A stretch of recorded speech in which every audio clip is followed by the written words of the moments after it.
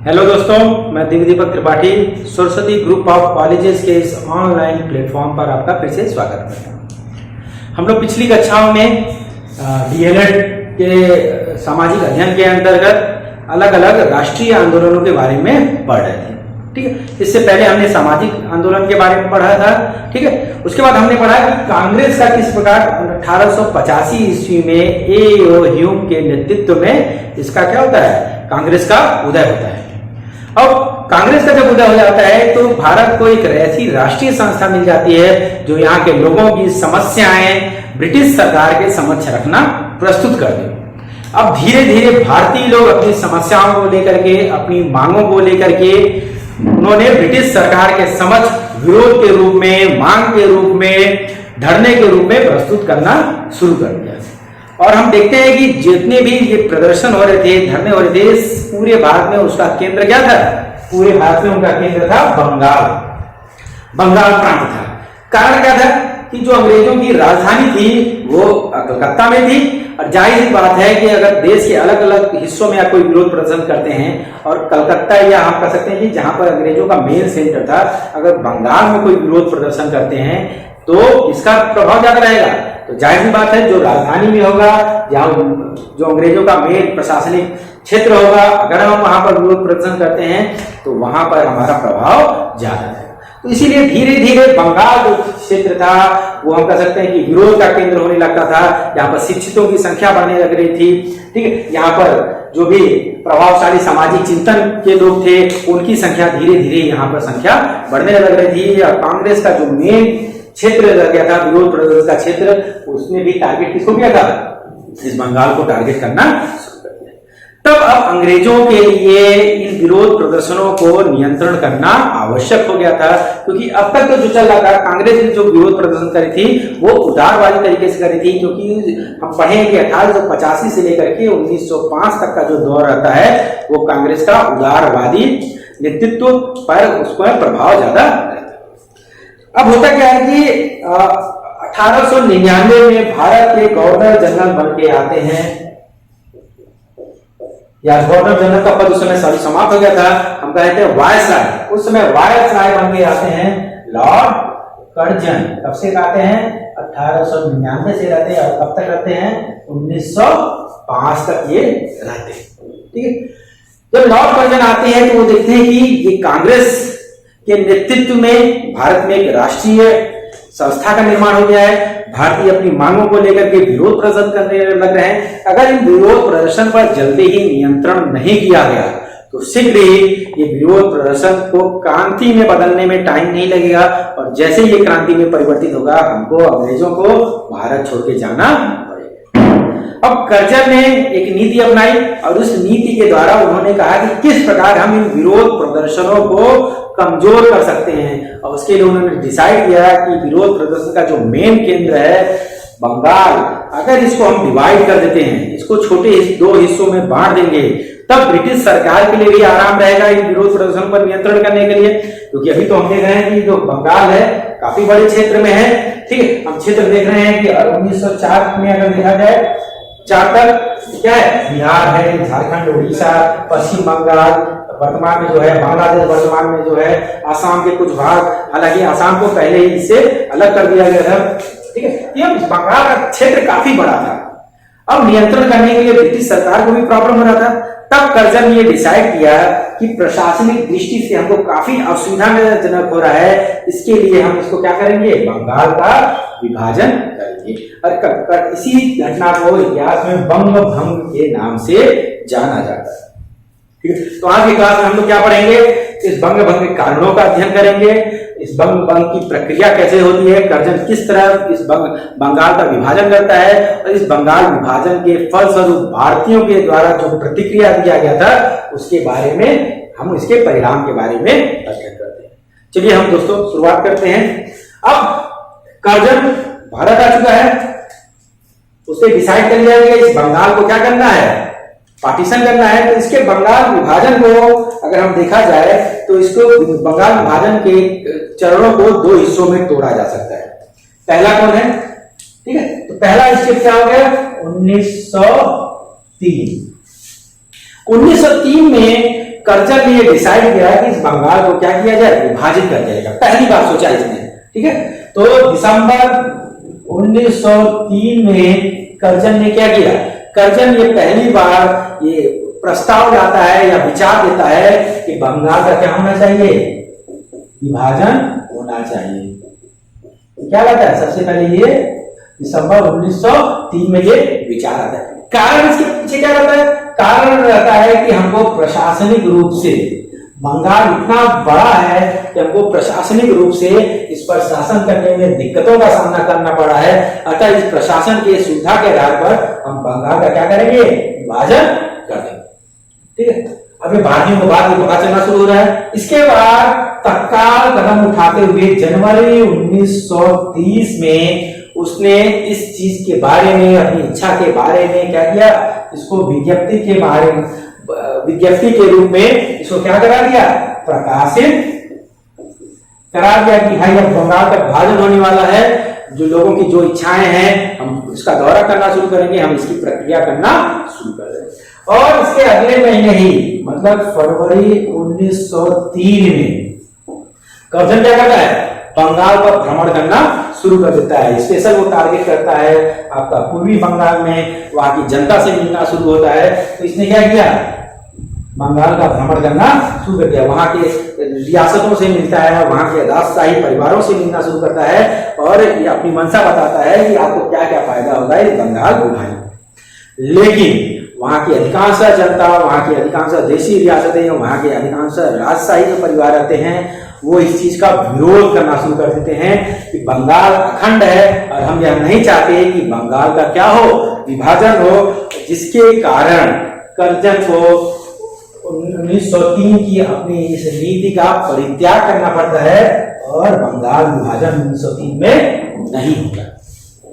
अब कर्जन के दिमाग में ये चीज बैठ गया था, ठीक है। जब ये विरोध प्रदर्शन चलना शुरू होता है 1903 में होता है, तो जाहिर सी बात है जब जनता को बातें पता चलती है तो इसके खिलाफ प्रतिक्रियाएं भी होना शुरू होता है। तो कुछ कारण बनते हैं जिसके कारण अंत में विवश होकर के कर्जन को क्या करना पड़ा, बंगाल का विभाजन करना पड़ा। तो वो कौन कौन से कारण थे उसका हम अध्ययन करेंगे। पहला कारण था कि तब तक जिस कांग्रेस पार्टी का निर्माण क्या हुआ था, अंग्रेजों की सहायता से के लिए हुआ था, सरकार की सहायता के लिए हुआ था, वो कांग्रेस अब क्या होने लग रही है, कांग्रेस क्या होने लग रही है, शक्तिशाली होने लग रही है, ठीक है। सारा जितना विरोध प्रदर्शन हो रहा है उसके केंद्र में कौन है, कांग्रेस है, ठीक है। दूसरा, पूरा का पूरा जो विरोध प्रदर्शन हो रहा है, जो आंदोलन है, आंदोलन का केंद्र कौन है, आंदोलन का केंद्र हो गया है आपका क्या, बंगाल। क्योंकि अधिकांश बुद्धिजीवी वर्ग बंगाल में रह रहे हैं, सारा प्रशासनिक ढांचा अधिकांश मुख्यालय कहाँ है, बंगाल में है, ठीक है। अधिकांश शिक्षित वर्ग कहाँ है, बंगाल में है, अधिकांश संस्थाएं कहाँ खुल रही है, बंगाल में खुल रही है। तो जाहिर बात है विरोध का केंद्र क्या हो रहा है, ये बंगाल होना शुरू हो रहा है। तीसरा जो कारण था, ठीक है, कि इतने बड़े विरोध प्रदर्शन को दबाना पॉसिबल नहीं था, क्योंकि प्रशासनिक दृष्टि से इस बंगाल के शासन को करने में अब अंग्रेजों को दिक्कतें आने लग गई थी। तो प्रशासनिक दृष्टिकोण जो उसने 1903 में माना था वो भी एक कारण था, ठीक है। दूसरा, तो ये राष्ट्रीय आंदोलन चल रहे थे, इन राष्ट्रीय आंदोलन को क्या करना जरूरी था, इन राष्ट्रीय आंदोलनों को कमजोर करना जरूरी था। तो इन राष्ट्रीय आंदोलनों को कमजोर करने के लिए क्या जरूरी था, ये बंगाल का विभाजन करना जरूरी था। और अंत में अंग्रेजों की प्रसिद्ध नीति फूट डालो और राज करो, उसको मोहरा बनाया जाता है, ठीक है। फूट डालो और राज करो, इसके द्वारा इन्होंने जो बंगाल का जो क्षेत्र था उसमें हिंदू और मुस्लिमों के बीच फूट डाला और इसी को आधार बना करके इन्होंने क्या किया, बंगाल का विभाजन कर दिया। और जिसके कारण वहां की जो मुस्लिम बहुल जनसंख्या थी उसने उसको क्या करना किया, सपोर्ट करना। अब होता क्या है, ठीक, 1903 में जब वो भ्रमण करता है तब उसको ये लग जाता है कि यहाँ की जो जनता है ये तो प्रशासनिक कारणों से डिवीजन होने नहीं देगी, ठीक है। तो उनके दिमाग में दूसरी बातें डाला जाए। उन्होंने वहां की जनता से कहना शुरू किया, वहां के देसी रियासतों से कहना शुरू किया, वहां के मुस्लिम शासकों से कहना शुरू किया कि देखिए जितने भी अधिकांश जो शिक्षित वर्ग हैं या नौकरी में वर्ग हैं या जो हायर पोस्ट पर हैं, या हम कह सकते हैं कि जितने भी अगर जमींदार वर्ग के लोग अधिकांश लोग हैं वो सभी क्या हैं, हिंदू हैं। और आप जो निर्धन जनता हो, ठीक है, जो जनता हो उनकी संख्या क्या है, वो मुस्लिमों की संख्या है। तो हम कोई भी बजट या फंड जब लागू करते हैं बंगाल के विकास के लिए, तो सारा का सारा फंड कौन यूज कर लेता है, हिंदू लोग अपने लिए यूज कर लेते हैं, क्योंकि शासन में भी वही है, जमींदार भी वही है, बड़े बड़े पदों पर भी वही हैं, ठीक है। तो ये जो मुस्लिम जनता है इनको ये फैसिलिटी नहीं मिल पा रहा है। तो आपका विकास तभी हो पाएगा, आपको फंड तभी मिल पाएगा जब आपके लिए अलग प्रांत की व्यवस्था की जाए, ठीक है। अब भाई किसी को फैसिलिटी चाहिए, किसी का विकास हो तो सभी चाहेंगे। इसके आधार पर मुस्लिमों के दिमाग में ये बात बैठने लगा, ठीक है। स्पेशली आपके जो पश्चिम बंगाल के मुस्लिम थे इनके दिमाग में बात बैठने लगा कि हाँ ये जो कर रहे हैं ये सही कर रहे हैं। और धीरे धीरे इस मोटिव्स को लेकर के उसने बंगाल विभाजन का सेकंड स्टेप कब शुरुआत किया, 1905 में इसने इस बंगाल विभाजन का सेकंड स्टेप स्टार्ट किया। क्या किया गया, 19 जुलाई को अचानक रूपरेखा प्रस्तुत की गई कि हम क्या करेंगे, बंगाल का विभाजन करेंगे। और 19 जुलाई को इस बंगाल विभाजन की रूपरेखा घोषित कर दी गई। उसके अगले ही दिन, अब देखिए अंग्रेज कितना फास्ट कर रहे हैं, 19 जुलाई को रूपरेखा तय किया गया और 20 जुलाई को इस पर क्या किया गया, हस्ताक्षर कर दिया गया, या 20 जुलाई को ये घोषणा कर दिया गया कि 16 अक्टूबर 1905 में क्या होगा, इस बंगाल का विभाजन हो जाएगा। तो 20 जुलाई को क्या किया गया, बंगाल विभाजन का घोषणा कर दिया गया। और तारीख क्या डिसाइड रखा गया, तारीख डिसाइड रखा गया कि 16 अक्टूबर को बंगाल का क्या हो जाएगा, विभाजन कर दिया जाएगा।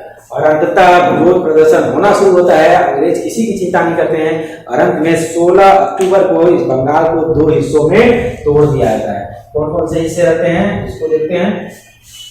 1904 का ये बंगाल था। 1905 में जाते जाते इसके 2 हिस्से कर दिए गए, 2 प्रांत बना दिए गए। कौन कौन से प्रांत होते हैं इसको हम देखेंगे।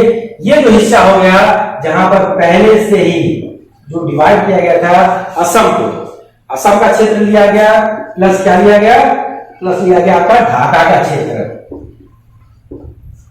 ढाका का क्षेत्र लिया गया, प्लस क्या लिया गया, प्लस आपका लिया गया चिटगांव का क्षेत्र,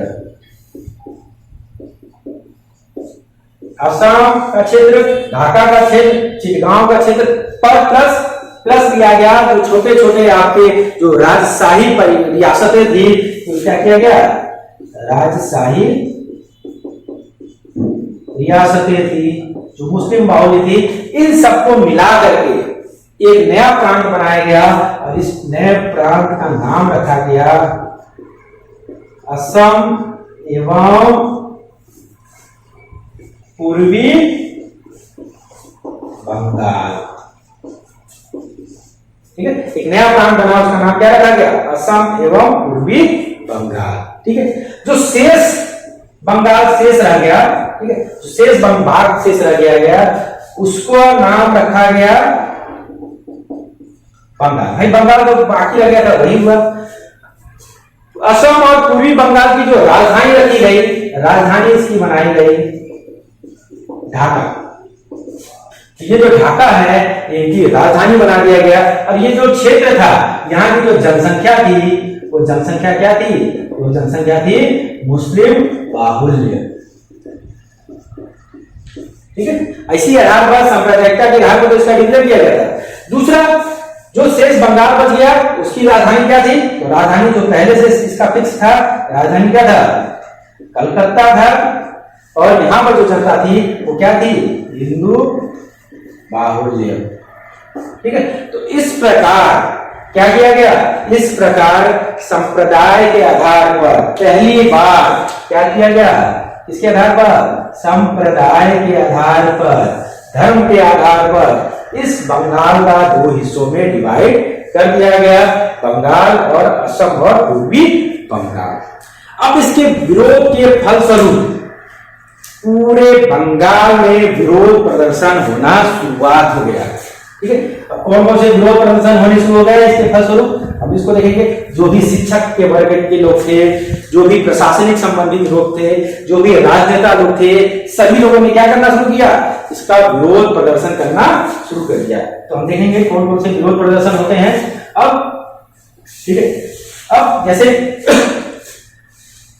जो सबसे पहले जितने भी मैगजीन थे बंगाली मैगजीन में, उसमें जितने भी समाज सेवी लोग थे, जितने भी चिंतक वर्ग के लोग थे, जितने भी शिक्षित वर्ग के लोग थे, सबने क्या किया, उन्हें इन बातों का प्रकाशन करना शुरू किया, अपने लेख लिखने शुरू कर दिए कि बंगाल के विभाजन से हमको क्या क्या नुकसान है। तो जो प्रमुख पत्रिकाएं जो उस समय एक्टिव थी उनके बारे में क्वेश्चन कब आता है, उनके बारे में देखिए।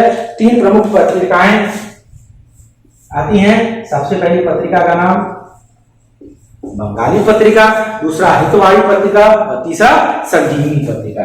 बंगाली अधिकांशतः इससे क्वेश्चन भी पूछता है, और आपके संजीवनी पत्रिका। ठीक है, पत्रिकाओं का ये योगदान था। दूसरा, विरोध के फलस्वरूप अनेक आंदोलन की शुरुआत होती है, जिसमें प्रमुख आंदोलन क्या रहते हैं। प्रमुख आंदोलन आपका रहता है स्वदेशी आंदोलन और बहिष्कार आंदोलन, जिसके द्वारा जितने भी विदेशी सामान रहते हैं उनका क्या करना शुरू किया जाता है, बहिष्कार शुरू किया जाता है। औरतें अपने घर सड़कों पर आकर के धरना प्रदर्शन करने लगती हैं। लोग अपने घरों से विदेशी कपड़ों को निकाल करके जलाना शुरू कर देते हैं। यहाँ तक कि अगर देखा जाए तो जो कपड़े धोने वाले लोग थे, धोबी लोग थे, उन्होंने विदेशी कपड़ों को धोने से मना कर दिया। जो पंडित लोग थे जो पूजा पाठ कराते थे, उन लोग को पूजा पाठ कराना मना कर दिया। जो क्या करते थे, विदेशी कपड़ों को यूज करते थे, छात्रों ने विद्यालय को छोड़ना शुरू कर दिया। तो इस प्रकार क्या हो गया, पूरा का पूरा आंदोलन की शुरुआत होती है। ठीक है, स्वदेशी आंदोलन की शुरुआत अगर कहा जाए तो कलकत्ता के टाउन हॉल में एक जनसभा होता है 7 अगस्त को, और यहीं से डिसाइड किया जाता है कि हम किसकी शुरुआत करेंगे, इस स्वदेशी आंदोलन की शुरुआत करेंगे। विदेशी वस्तुओं का बहिष्कार करेंगे, लेकिन हमको जरूरत के सामान चाहिए, तो हमको सामान कहाँ से मिलेगा, हमको अपना खुद का सामान बनेगा कराना पड़ेगा। तो यहाँ से स्वदेशी आंदोलन की शुरुआत होती है। ठीक है, अब 16 अक्टूबर का ऐतिहासिक दिन आ पहुंचा, लेकिन अंग्रेज नहीं मान रहे हैं। तो इस 16 अक्टूबर 1905 को 2 दिवसों के रूप में मनाया जाना शुरुआत कर दिया गया। कौन कौन से दिवस थे, एक आपका हो गया शोक दिवस। ठीक है, पूरे बंगाल में ये प्रचारित किया गया कि हमारे बड़े दुख की बात है, क्योंकि हमारा संयुक्त बंगाल, महान बंगाल डिवाइड किया जा रहा है, तो हमारे लिए कलंक का दिन है। तो इस को शोक के रूप में शोक दिवस मनाया गया। कब मनाया गया, 16 अक्टूबर। दूसरा, रविन्द्रनाथ टैगोर ने एक नई परंपरा शुरुआत किया। उन्होंने कहा कि ये हिंदू और मुस्लिमों को बांटने की चीज है। तो उन्होंने क्या किया, इस दिवस को राखी दिवस के रूप में मनाना शुरुआत हुआ कि मतलब जो हिंदू रहेंगे वो मुस्लिमों के हाथ में राखी बांधेंगे, और जो मुस्लिम रहेंगे वो क्या करेंगे, हिंदुओं के हाथ में राखी बांधना शुरू करेंगे। इस प्रकार पूरे भारत में विरोध प्रदर्शन की लहर चलना शुरू हो गया। अनेक गीत लिखे गए।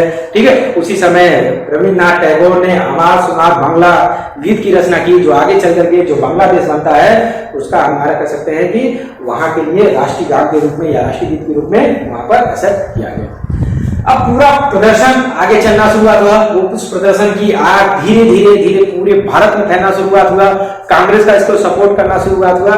तो आगे के नेक्स्ट क्लास में हम पढ़ेंगे स्वदेशी आंदोलन, जिसने पूरे भारत में एक विकराल रूप ले लिया।